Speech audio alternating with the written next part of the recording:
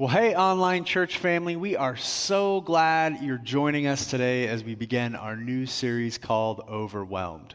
Welcome to Pathway Church. I am Jonathan Anderson, the Valley Center campus pastor, and I'm joined today by our online host, Kayla Allen. Yes, welcome Pathway family. We want to encourage you to share this service right now so others can join you and hear an impactful message. You can copy the link and text it to a friend, or if you're on Facebook, just click the share button. Now, we love getting to know you better, and right now we have lots of fun sports to cheer for and watch on TV. So, basketball just started, Baseball World Series is going on, college and pro football are rolling, and even more. No one mentioned soccer, but soccer's going too. So answer this question in the chat. What is your favorite sport to cheer for and watch on TV? Put your answers in the chat. And while you're doing that, Kayla, what about you? What is your favorite sport to cheer for? Okay, so I love basketball. It doesn't really matter like who's playing.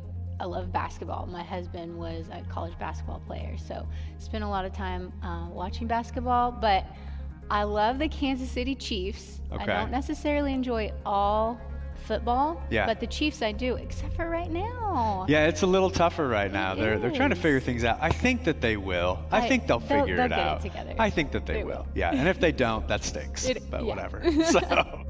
Well, if this year is your first time with us, then welcome. We certainly hope that this is your first time of many times. If you are new, then you are definitely in the right place. No matter where you are in your faith, this is a great place to connect with Jesus and other people. You know, if you're new to Pathway, then let us give you a free coffee from Starbucks. Just text the word new to 316-444-4180, and we'll send you a digital gift card that you can use on your next trip to Starbucks. And we want to invite you to sign up and attend one of our online Living Trust seminars on Monday, November 8th at 7 p.m. This will provide you with the necessary information to make a decision about setting up a Living Trust document. You know, as a church, we provide this service to you at no cost, which provides several $1,000s of free legal work in setting up your will and your living trust. And you see, we partner with an organization called Financial Planning Ministry, which presents a trustworthy and a proven process.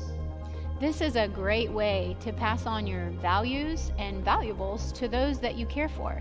Just go to the webpage below to sign up for a 1-hour online seminar. There is no pressure, no commitment, and no cost to you associated with this. We would love for you to join us on November 8th. Well, here at Pathway Church, we love our online family, and it is so great to get to hear your stories of how connected you are to our church, how you're growing in your faith, and how you are sharing Jesus' love to others. And we do have an update for our online family about our service times today. Yes, beginning next weekend on November 6th, our Saturday service time will move from 5 p.m. to 5:30 p.m. We want to get this information out to you so you can start planning well. This change frees up resources and allows us to move our vision forward and creating fully devoted followers of Jesus. Well, thanks for continuing to engage with us online and partnering with us to move the kingdom forward.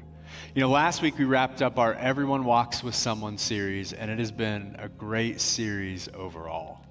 Last week we challenged everyone at Pathway to start walking alongside someone. It's not too late to accept that challenge. To signify that you are willing to walk with others and seek, serve, or share with them, all you have to do is send us a text. So just text the word walk and their name to 316-444-4180.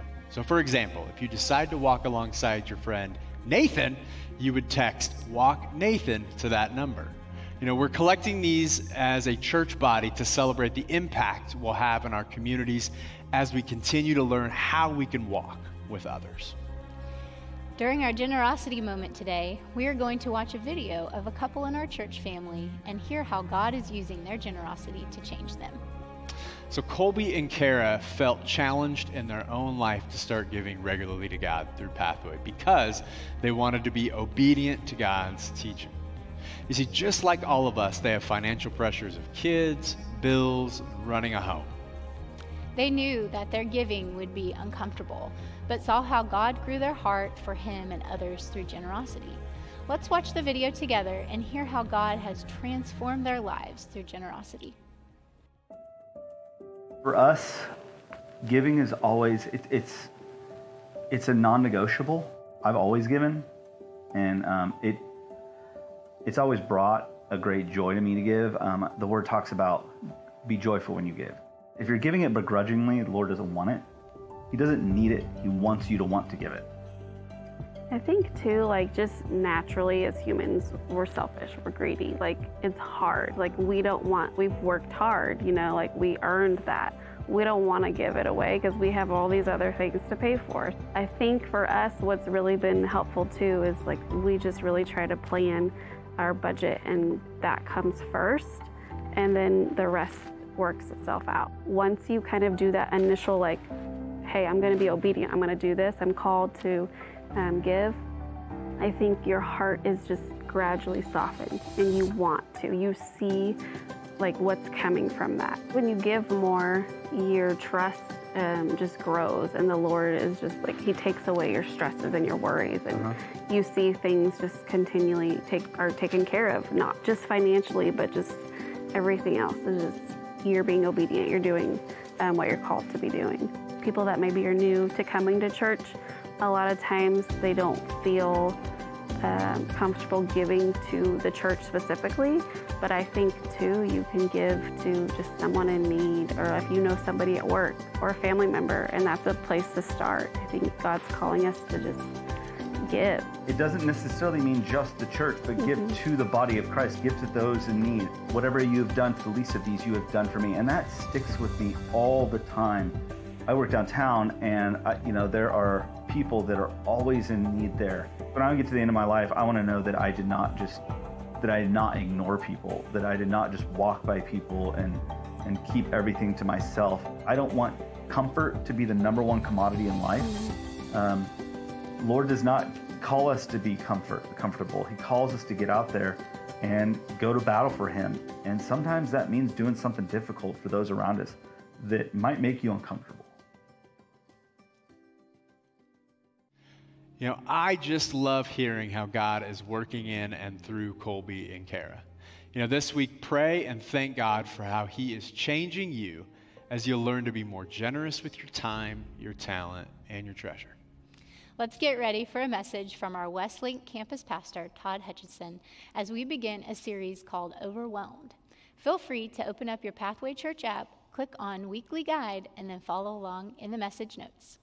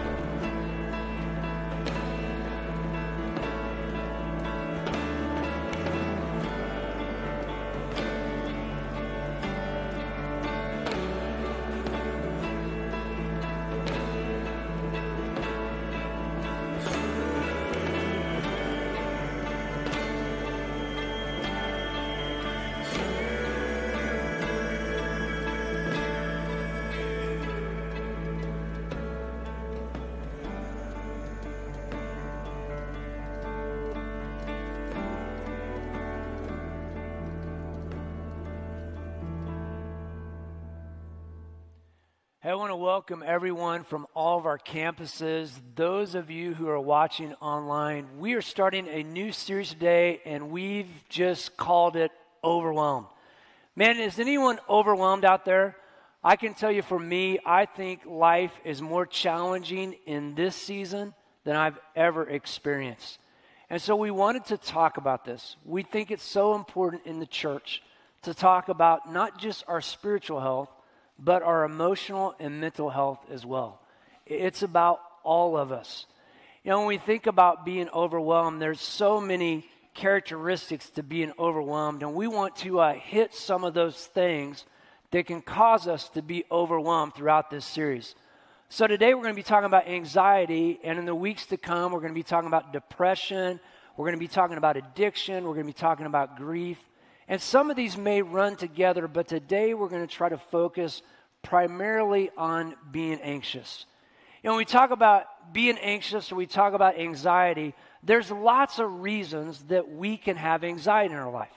I mean, if you're a student, it may be because you have a test coming up and you didn't study enough. That causes anxiety. If you're someone who's been working on a work project that is long, I have a friend who's been knocking one out for months, and I can tell you it's caused a little anxiety along the way. Maybe for you, you're just a parent, you're a grandparent, and you just have anxiety because you're just concerned for your children or for your grandchildren, that they would be safe, that they would make the right decisions. There is a big spectrum when we talk about anxiety. But there is anxiety, too, that is debilitating, stuff that feels overwhelming. I can tell you, we really are people who are constantly connected today. We carry around these phones in our pocket, and really what they do is they continue to try to drive anxiety in our life. I was looking at some research this week, and there was a scientist that said that the average person, the average human brain today consumes 74 gigabytes of information in a day. You may be trying to wrap your mind around what does 74 gigabytes look like. If you're an engineer, maybe you're dialed in. Most of us are like, I have no idea. Well, let me help you. It would be like watching 16 movies in one day. Isn't that crazy? I know there's some of you are like, that sounds like an awesome day. It does not. That does not sound good. But, we're so connected. We're connected on our TV, we're connected on our phone, our tablets, on the game consoles that our kids play, and we're constantly taking in, processing information. Now, some of it's not deep processing, but it's still this thing that's coming at us. They would say 500 years ago that someone that was very educated would only take 74 gigabytes of information. They would only consume that in a lifetime through reading and story. So, yes, we are stressed. We're anxious people. We've got a lot going on in our minds. And then the Bible gives us some instruction about how to deal with anxiety. Here's what it says in Philippians. Do not be anxious about anything, but in every situation, by prayer and petition, with thanksgiving, present your request to God. And the peace of God, which transcends all understanding, will guard your hearts and your minds in Christ Jesus. Today you may be here and you might be feeling overwhelmed, and you hear that verse and you're like, man, that seems like an unattainable goal. And do not be anxious about anything. It might even sound like a joke to you. I mean, really, if that's where we're supposed to be, if that's what the Bible is teaching us, what do we do when we can't escape anxiety? What do we do when we're challenged with it to the point that it starts to really manage our life to make us feel overwhelmed? I think one of the things that I'm excited about doing today is to actually hear a living testimony about a couple, and particularly Mark, who walked through anxiety and depression as well. And so I want to introduce you to my friends, Mark and Annette Potter. So great to have you again this weekend at Pathway Church, because we had you 4 years ago, Mark. But the problem was we got part of it wrong. We didn't have Annette, Exactly. And now that we have Annette, it's just going to get better, right? I mean, I guarantee you it's going to get a lot better. I wanted to have Annette because I think her perspective is so valuable. And as we sat down together, it really dawned on me that this journey wasn't just your journey, but it was Annette's journey as well. And she had a unique perspective as she was walking with you in it. So about 4 years ago, you unpacked for us here at Pathway Church what it was like to be the head basketball coach at Kansas Newman University. And I can only imagine, having a little bit of experience with coaching, but not at that level, what the anxiety must have felt like. And I know eventually it kind of caught up with you. This anxiety, the intense pressure of coaching and life, it caused a meltdown. I want you, if you would, to walk us back through that. If we can rewind for those who weren't here so they can hear your story. Well, I think it's a great way to describe it, a meltdown, and it was a meltdown for quite a while. And what I was just extremely good at was protecting that. And I'm sure there are many people sitting out here today that, as you're going through whatever it is, anxiety or depression or any type of mental health issue, that you're doing a pretty good job of hiding it as well. And that's what I did. It literally took me approximately 5.5 weeks to go from my normal, what at least we consider my normal, to spiraling completely out of control with my thoughts, all the way to suicidal thoughts, and losing 30 pounds, just absolutely struggling at a level that I never could imagine. And, as we looked back on, all of my coaching career, that was 16 years ago now. But I was in my 19th year as a head coach at that time, so I'd gone through those years, for a long time. But it did catch up with me. And what we realized was that I had anxiety really all of my coaching career. Just didn't know what it looked like, didn't know what it felt like. Matter of fact, I just thought feeling anxious every day was the way we were supposed to feel. I didn't realize you could actually, not have that. I describe it as like this butterfly feeling every day, and it's not a good butterfly, it's a bad butterfly, Right. And it's one of those that, I describe my anxiety as, it just felt like every little small problem that you deal with in your normal day felt like 100 times more in my brain as I was going through that. So I spiraled out of control and ended up missing 8 games and 28 practices that season, at the beginning of that season, and in so many ways, it was life-changing, to say the least. Right. And Annette, you have a unique perspective, because at some point, as I listened to you, said there was like Mark in season and Mark out of season. There was always the anxiety baseline, but it seemed like when basketball and the season came, the recruiting, all the pressures of coaching, it just took it to the next level for him. What was that like when you first started seeing signs, and how did you distinguish between this is normal Mark, and now this is becoming a place where it's not healthy? You're right. He's always been what I call, he's kind of hyped up. He's always amped up.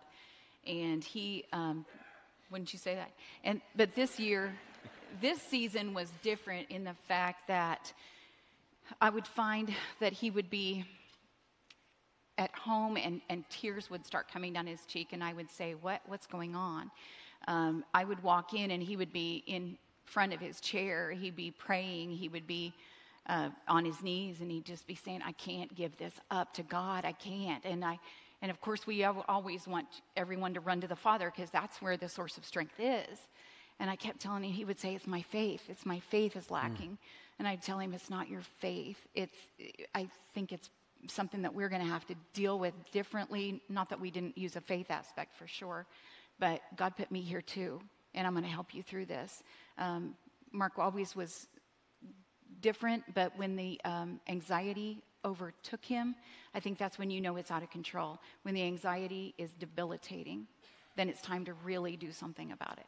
Yep. And what were some of the things that you did? I appreciate you saying too that it wasn't just that he needed to exercise more faith. It wasn't that it was a spiritual issue per se, but it really had to do with something that was going on inside him. I think it's so important for us to address that. What were some of the steps that you took to help Mark maybe see it in a new way and to do something about it?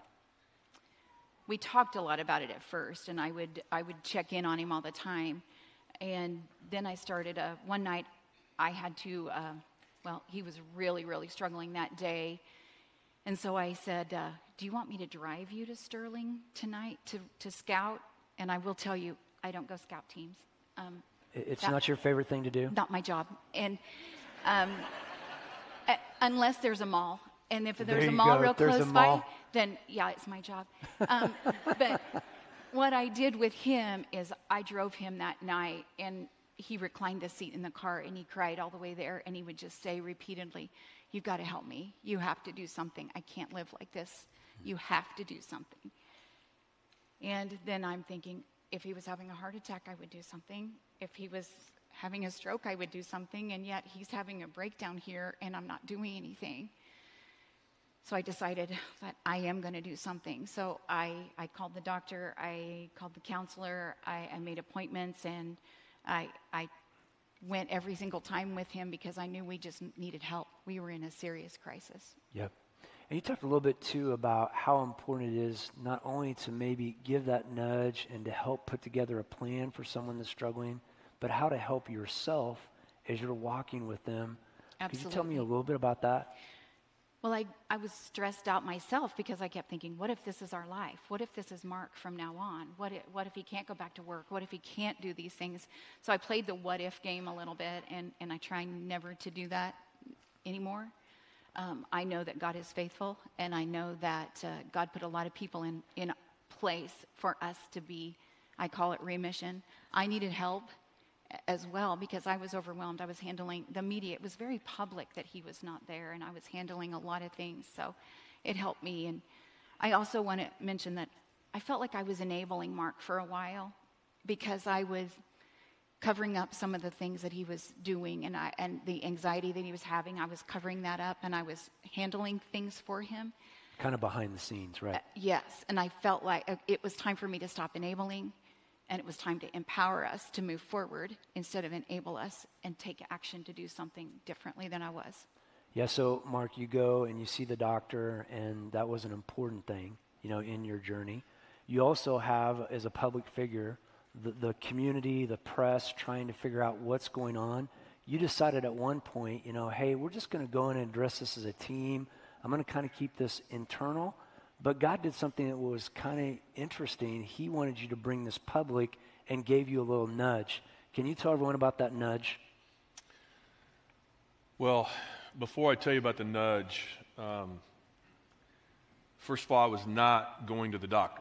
Okay, that was not going to be something that I was going to do, even after all the struggles that I was going through and, losing 30 pounds in 5.5 weeks and just really spiraled completely out of control with my thoughts. I still told her when she told me, hey, we're going to the doctor at 1 o'clock today and we're going to get this fixed. I looked at my wife and I said, I'm not going and you can't make me. How'd that go? That didn't go well. Did not go well.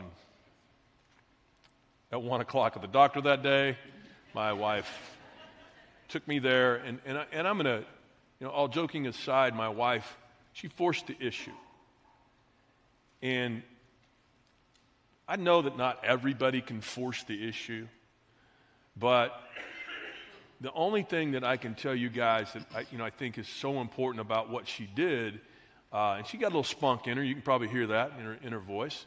But she didn't take no for an answer at that point. So no longer, when she went from denial to no more in denial, and we're like, okay, we got to do something about this problem, she was not going to take no for an answer. And that to me, well, that's what saved my life because she forced me to go to the doctor. I didn't tell her that I had suicidal thoughts, not until after the fact. She did not know that. And so doctors tell me to stay home for they said stay home until we tell you can go back to work, which was made me a little uneasy, I'm not going to lie. Sure. My team played, it was the first 8 games of that season, and so I was at home for the entire 8 games. I spoke to nobody outside of my own house.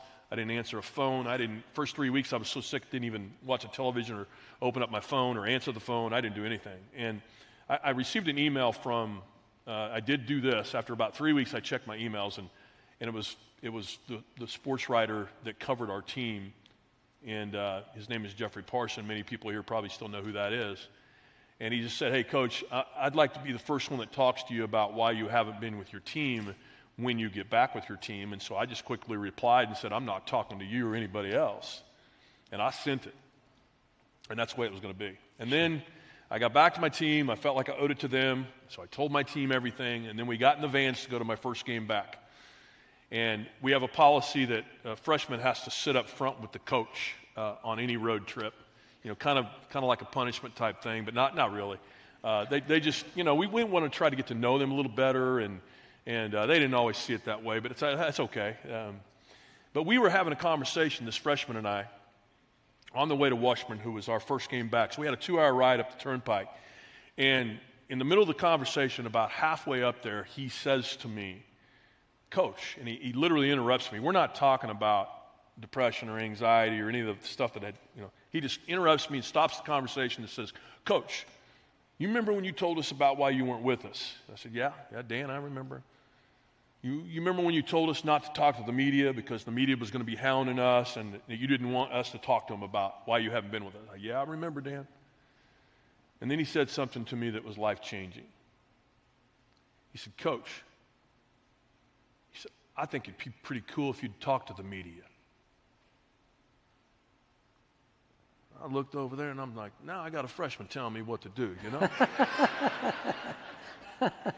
God's come at you from all different directions. Things have changed in the last 5.5 weeks, There you go.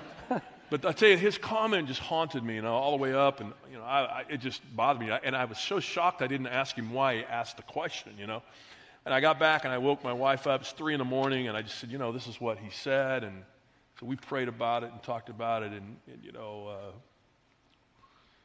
it was life changing. It was a young man that said, Coach, I know if you tell other people, it'll really impact them. That's what he was really saying to me, even without saying those words. And so I did.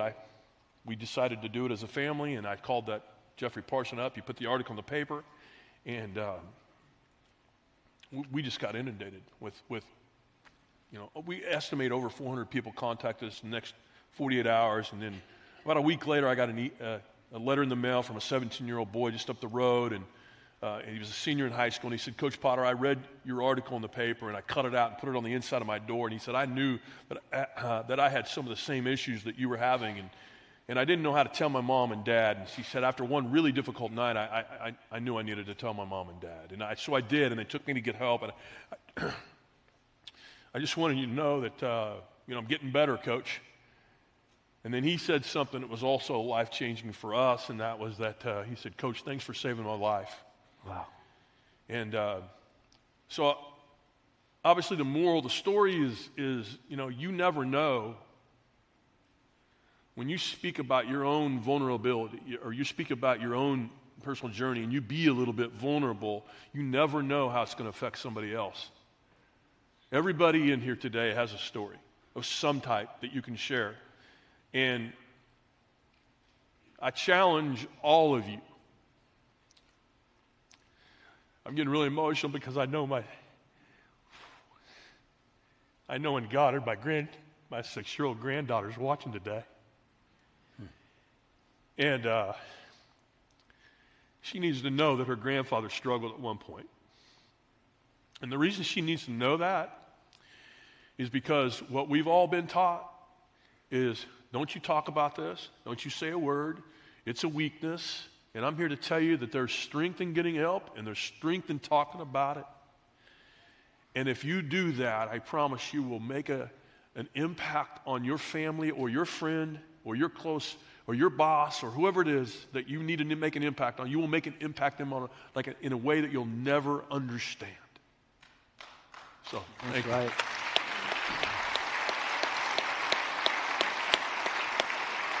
And I'm so grateful. I'm so grateful that you were willing to let your guard down. And I think you're right. It is so normal for us as just human beings to keep our defenses up, to want to tell others the pain and suffering, what's going on in the inside. But God has given you such an incredible journey. I mean, I would say from my probably outside perspective, more influence today than you even had when you were coaching.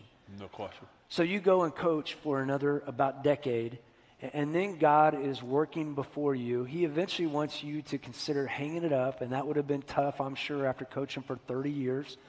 And he's got an adventure for you, one that you're on now. You've been on for about the last 5 years. I want you to tell us about your ministry. Tell us the title of your ministry. They're going to put up a link on the screen so people can go learn a little bit more about it. And I'd love for you just to tell us what that's been like. Annette has joined you on the road, not something that you planned on doing at the beginning, but here we are. Tell us what it's been. Yeah, so I just basically, told her, after a trip we took a trip down on Thanksgiving with my son and our daughter-in-law, and long story short, they started talking about, I had high blood pressure in that 30th year, and they just said, hey, you might want to address that a little bit. My son especially was like getting after me. And I was just, we're tough in this business, right? You know what? I'm a head coach. I got this. I got this. And I didn't have it.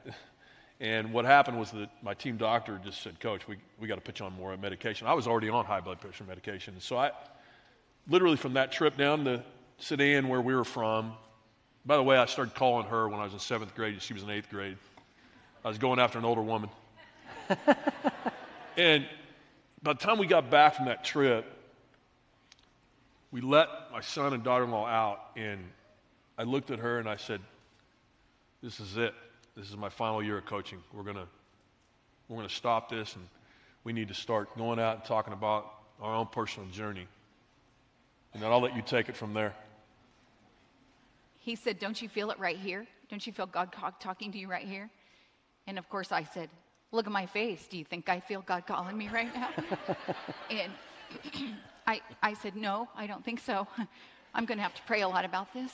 And that's what I did. And I know I'm called to be Mark's wife. So this is the journey. We started business, and the title is D2 Up. It stands for Dedicated to Uncommon Principles. We use the word uncommon a lot with our own kids. It's easy to be just like everybody else. It's difficult to be uncommon. So today, you be uncommon. So we wanted to make sure we had that in our business name. And so here we are. And so what is this you do? I mean, let everybody know kind of, I know you're out on the road a lot. Yep. You've been on the road a lot recently. So what's that look like for you? So we travel the country, and we've been in 6 states in the last 6 weeks. So we're a little road weary today. That being said, we love doing what we do. And, when you are called, it's just a lot easier to do, to go out on the road and just speak openly and honestly about our own personal journey. And we just challenge, everybody that we see. We speak to colleges, universities, colleges, community colleges, high schools, middle schools, businesses, you name it. We've spoken to doctors, lawyers, and I just get real. I mean, you guys can tell that as we speak today. I just get real. It's about an hour presentation, and we know that it's just an incredible thing to be able to impact people through a real negative in our life that's now turned into this unbelievable positive thing.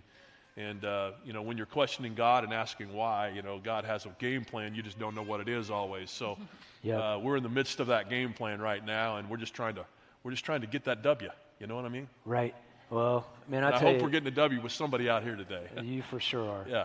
And it's been awesome to watch this ministry expand. I mean, you guys, being on the road so much as you have, just recently, that's kind of what it's been like. And especially today as people are dealing with this whole idea of being overwhelmed and life being difficult, and really the desire to keep things inside.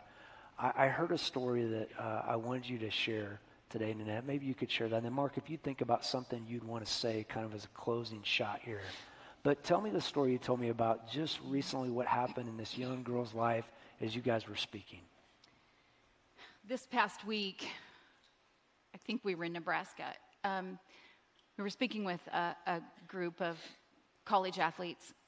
And when we started speaking, there was a little girl, and she just kept crying. And I say little girl, she was probably 21. And she was crying, and she cried the whole time. And afterwards, she was out in the hallway with her coach, and she had let the anxiety completely overtake her. She was the first person in her family to go to college, and she had some younger siblings, and her parents were saying, you've got to complete this college because you're going to show everybody. And instead of embracing that, she couldn't. She had let that anxiety overtake her, and she was actually feeling suicidal. Mark took her into the room. They talked. I was in the hallway with the coach. And at the end, she was just so relieved because it was the first time she said, I'm not alone. I know I'm not alone. And so they took her to the emergency room, and she's doing okay. So we just know that we have to keep going. We have to keep trying to impact. And we have to keep trying to help people know that it's okay to not be okay. You just need to take action. Yeah, yep. So here you go. I mean, this is something that you're super passionate about. God has used both of your experiences to continue to help people be willing to speak up. What would you say, kind of parting shot here, that you want to make sure everyone today hears? 2 things. This is my wife's line in our presentation, but she has forgotten to say it up here today, so I get to say it. But it's priceless. the only wrong thing that you can do is to do nothing at all. So it leads to my other statement that before you walk out of here today, that we hope and we pray that if you're struggling, that you won't walk out of here today without talking to somebody about it, and that you will absolutely take action. And we're blessed to be able to share, and we thank you for the opportunity to come on stage, and we want you guys to know, our information's on D2 Up, so if you ever need something, we are a part of this, this pathway family. We're repping Goddard today, just so you'll know. All you people back in Goddard. I guess it's not live over there, is it? Well, they're watching, yep. They are live? They'll see it, yep. That's what I'm talking about. Here we go. So anyway, there you go. That's your people. There you go. Hey, I am grateful. I mean, honestly, just for you to come this weekend to rewind. Annette, thank you so much for sharing your perspective. Pathway, let's give them a hand. So grateful for the Potters.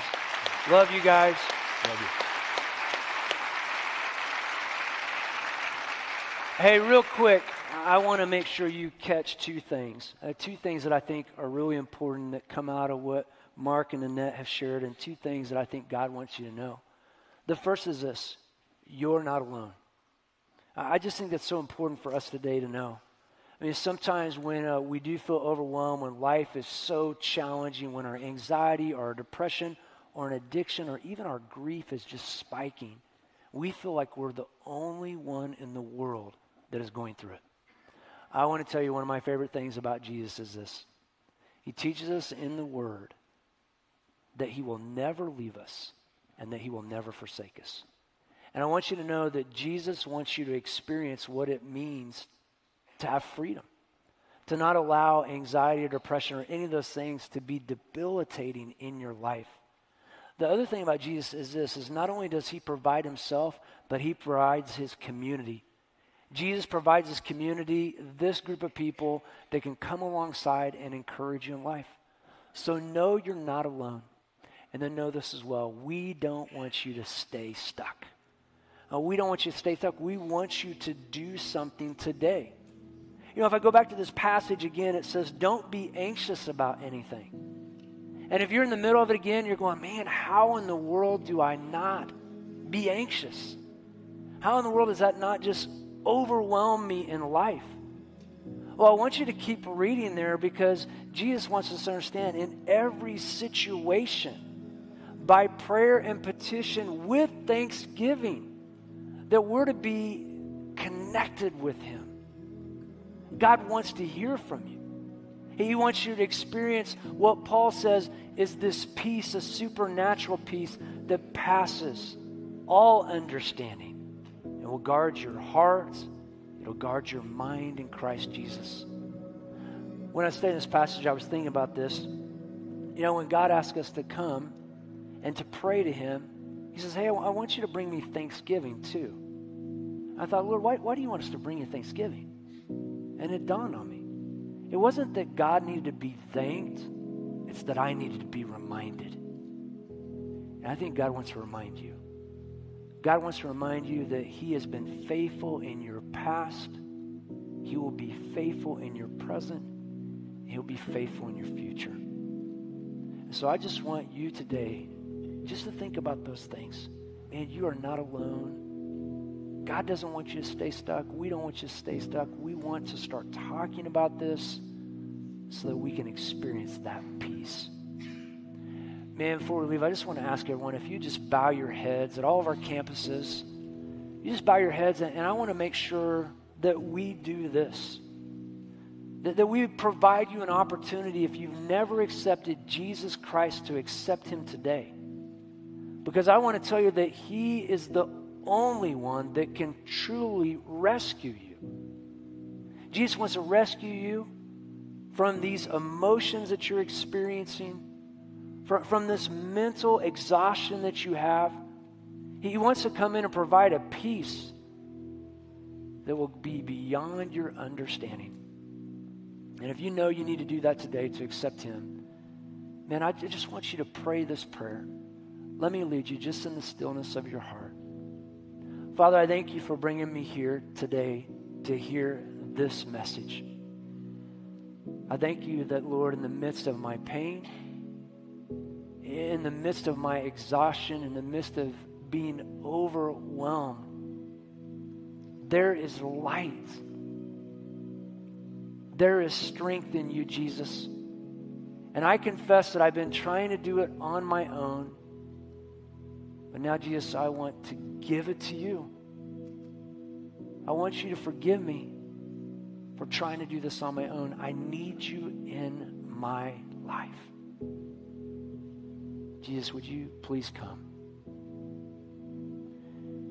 Man, with our heads still bowed, if you prayed that prayer for the very first time at all of our campuses, I want you just to raise your hand right now. Just raise your hand to declare that you prayed that prayer and that you're trusting Jesus to come and do that work that only he can do.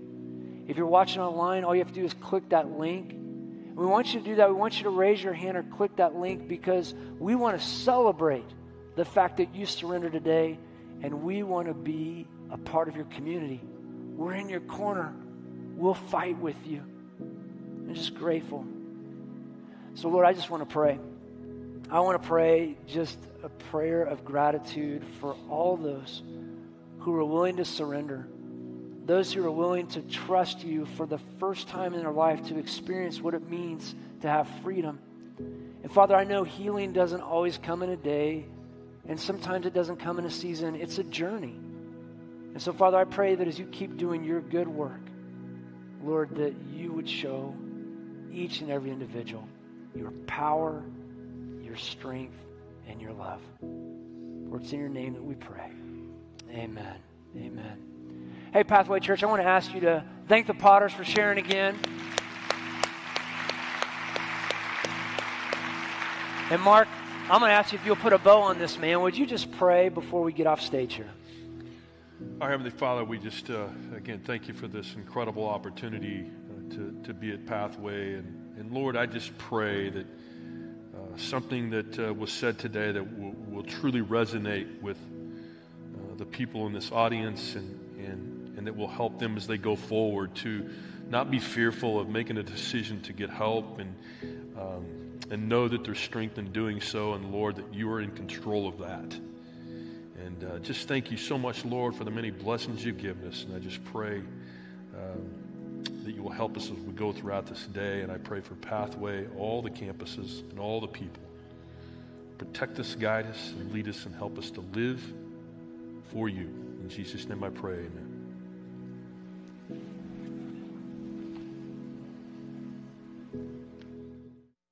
You know, the truth is, there are times that we can all feel overwhelmed, and many deal with the challenges of anxiety often.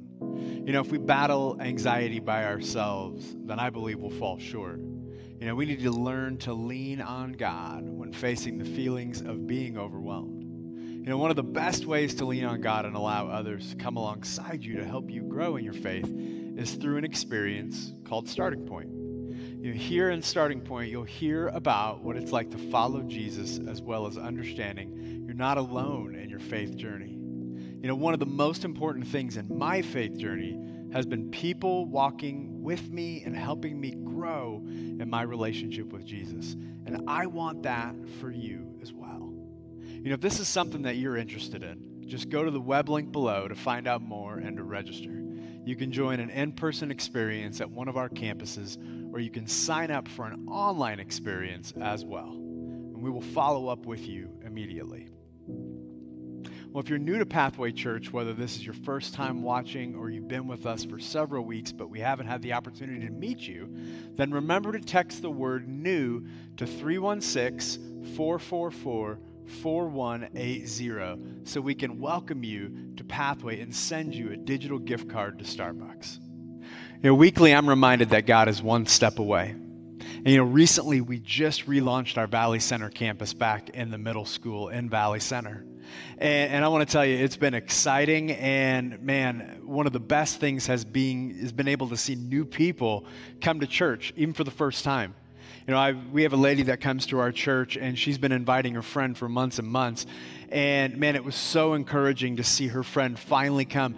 And her friend gave her life to Christ. And in talking to her afterwards, she was able to say, man, this was the best experience she'd had in her life. Because previously, the way that she was experiencing things in her life was without Christ. And her life felt empty. It fell short. You know, we want to walk alongside all of you who listen to the message today and feel like you just need someone to listen to.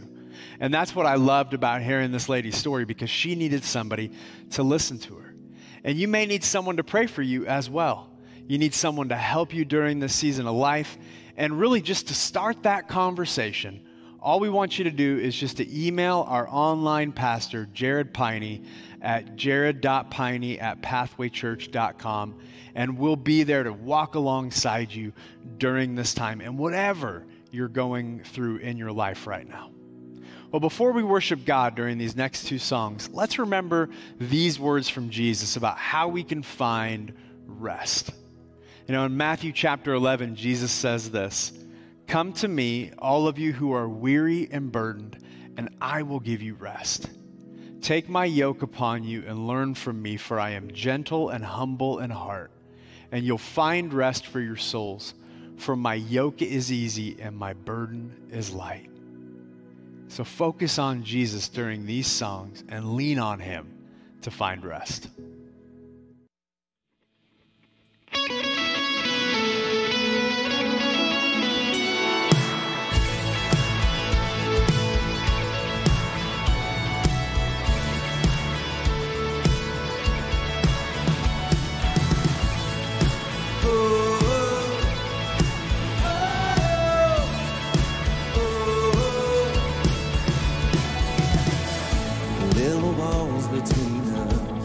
The cross, you came and broke them down. You broke them down.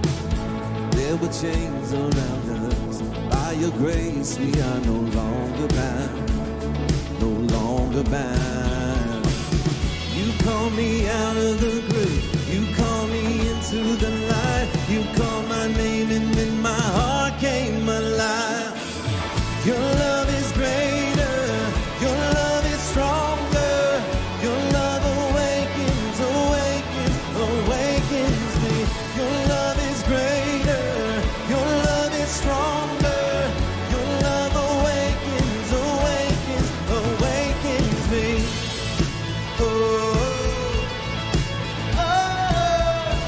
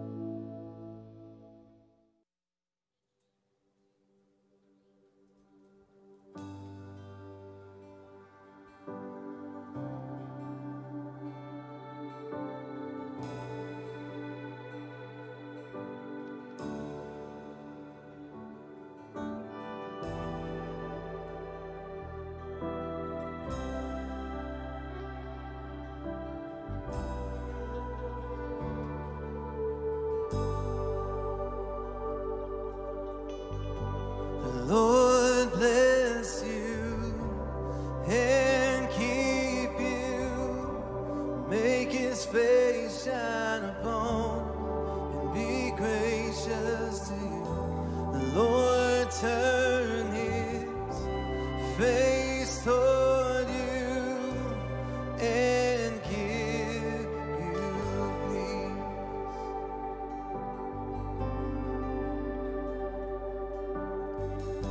The Lord bless you and keep you, make his face shine upon you and be gracious to you.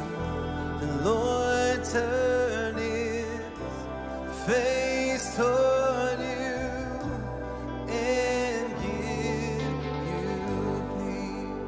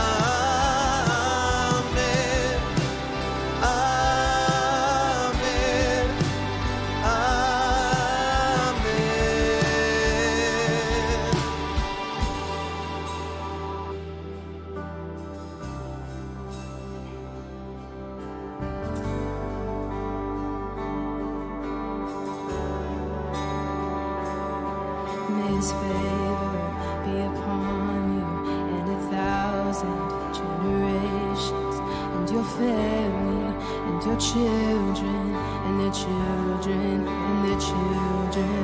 May his favor be upon you and 1,000 generations, and your family, and your children, and their children, and their children. May his favor be upon you and 1,000 generations, and your family, and your children.